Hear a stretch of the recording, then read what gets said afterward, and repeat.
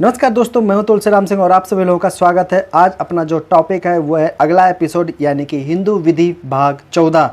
English में बोलेंगे तो कहेंगे इसको हिंदू लॉ पार्ट 14, जिसमें हम जानेंगे बगैर वसीयत के स्वर्गवासी होने वाले हिंदू पुरुष की संपत्ति का उत्तराधिकार कौन होता है, कैसे तय होता है, इन सब के बारे में बात करेंगे। तो वीडियो के लास्ट तक बने रहेगा, वीडियो बहुत ही इंटरेस्टिंग होने वाली है।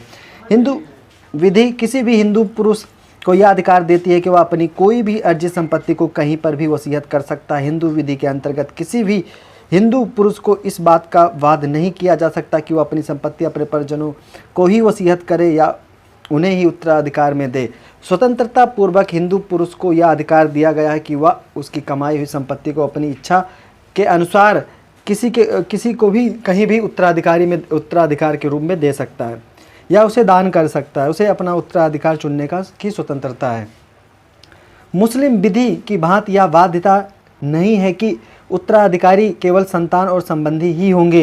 यही अर्जित संपत्ति के संबंधों में जो नियम है वही नियम सदायकी संपत्ति के संबंध में भी लागू होता है। जो संपत्ति किसी हिंदू पुरुष को सदायकी संपत्ति के रूप में प्राप्त होती है, उसके उत्तराधिकार के लिए यही नियम है। यदि कोई हिंदू पुरुष बगैर वसीयत के मर जाता है तो इस परिस्थिति में उसके उत्तराधिकार के प्रश्न खड़े हो जाते हैं। और इस परिस्थिति को नियंत्रित करने हेतु भारत की संसद ने हिंदुओं के लिए हिंदू उत्तराधिकार अधिनियम 1956 का निर्माण किया था। इस अधिनियम के प्रावधानों के अंतर्गत बगैर वसीयत के स्वर्गीय होने वाले किसी हिंदू पुरुष और स्त्री दोनों की संपत्ति का उत्तराधिकार तय होता है। यह अधिनियम प्रेम और स्नेह के संबंधों के आधार पर बनाया गया है, रक्त के आधार पर, जो कि जितने निकट होते हैं संपत्ति उसे ही मिलती है। यह विवाद का प्रश्न है कि बगैर वसीयत किए मरने वाले व्यक्ति की संपत्ति किन उत्तराधिकारियों को किस किस भाग में प्राप्त होगी, कौन उत्तराधिकारी किस सीमा तक किसी व्यक्ति की संपत्ति को उत्तराधिकार में प्राप्त कर सकता है या उत्तराधिकार में प्राप्त करने का अधिकार रखता है। हिंदू उत्तराधिकार अधिनियम 1956 की धारा 8 इस अधिनियम की सर्वाधिक महत्वपूर्ण धाराओं में से एक है। इस धारा के माध्यम से भारत की संसद ने उन नियमों का प्रावधान किया जिनके माध्यम से निर्वासित हिंदू पुरुष की संपत्ति का उत्तराधिकार तय किया जाता है। जहां हिंदू पुरुष हिंदू निर्वासित के रूप में स्वर्गीय हो जाता है तो यह साधारण रूप से कुछ प्रश्नों का जन्म होता है, जैसे कि उसके मरने के बाद व्यक्ति के वारिस कौन होंगे, उनका वर्गीकरण किस प्रकार किया जाना चाहिए, यदि अधिक वर्गों के पास या उत्तराधिकारी एक से अधिक विद्यमान हो तो उनमें वैधता या कर्म का क्या आधार होगा। इन सब के बारे में कोई भी संपत्ति जब कोई व्यक्ति अर्जित करता है तो उसे अर्जित संपत्ति पर उसका अधिकार तब तक ही होता है जब तक कि वह जीवित होता है। व्यक्ति के मरते ही उसकी संपत्ति उसके उत्तराधिकारियों को न्याय गमन हो जाती हैं। यदि संपत्ति को अर्जित करने वाला व्यक्ति संपत्ति के संबंध में कोई वसीयत करके मरा है तो ऐसी परिस्थिति में भारतीय उत्तराधिकार अधिनियम 1925 के प्रावधान के अनुसार उसकी संपत्ति का न्याय गमन कर दिया जाएगा। परंतु यदि वसीयत नहीं है तो ऐसी परिस्थिति में हिंदू पुरुष के लिए हिंदू उत्तराधिकार अधिनियम 1956 की धारा 8 का सहारा लिया जाता है। इस धारा के अंतर्गत भारत संघ के समस्त हिंदू पुरुषों की संपत्ति का उत्तराधिकार तय होता है।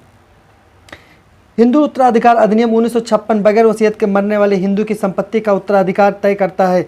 संपत्ति के लिए कई ऐसे विशेष शब्द नहीं है, जैसे कि कोई चल या अचल संपत्ति के लिए कोई भी मूल्यवान चीज़ हो सकती है। हिंदू उत्तराधिकार अधिनियम की धारा 8 के लागू होने के लिए कुछ विशेष बातों का ध्यान रखना बहुत ज़रूरी होता है, जैसे कि बहुत सारे ऐसे निम्न शर्तें हैं जिनको बारे में हम जानेंगे।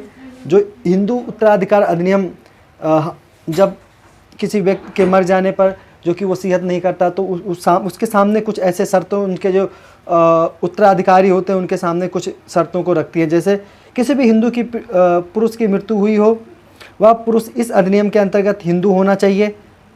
हिंदू कौन है, इस संबंध में हिंदू विवाह अधिनियम से संबंधित आलेख में उल्लेख किया जा चुका है। वही अर्थ इस हिंदू उत्तराधिकार अधिनियम 1956 अर्थ में भी लागू होगा।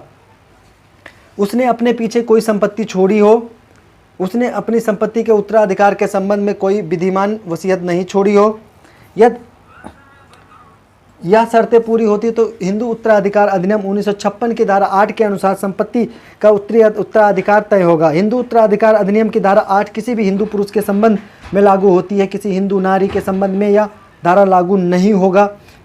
हिंदू नारी के संबंध में इस अधिनियम की धारा 15 और 16 लागू होगी, जिसका उल्लेख हम आगे करेंगे, उसके बारे में आगे बात करेंगे। धारा 8 की पुरुषों की स्थिति में साधारण उत्तराधिकारों के नियमों की उपबंधित करती है। यदि कोई हिंदू बिना किसी वसीयत करे मर जाता है तो उसकी संपत्ति सर्वप्रथम न्यायगत होगी, जो कि अनुसूची के वर्ग में एक विनिर्दिष्ट संबंधी। इसके पश्चात यदि वर्ग में एक वारिस ना हो तो उन वारिसों को न्याय संगत होगी जो अनुसूची के वर्ग 2 में अंकित होते हैं। यदि अनुसूची के वर्ग 1 और 2 में कोई भी वारिस ना हो तो मृतक के गोत्रज को न्याय संगत होगी। गोत्रज क्या होते हैं, इस संबंध में हम आगे बात कर चुके हैं।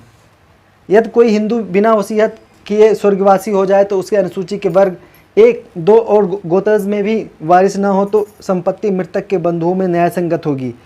हिंदू उत्तराधिकार 1956 की धारा 8 के अंतर्गत निर्वसीयत स्वर्गवासी होने वाले हिंदू पुरुष की संपत्ति जब उत्तराधिकार तय किया जाता है तो यहाँ पर पुरुष और पुत्री के किसी भी विभेद नहीं किया गया है। वर्तमान में जो प्रावधान इस धारा के अंतर्गत उपस्थित है उनके अनुसार किसी भी स्त्री और पुरुष समानता पूर्वक उत्तराधिकार के नियम लागू होंगे।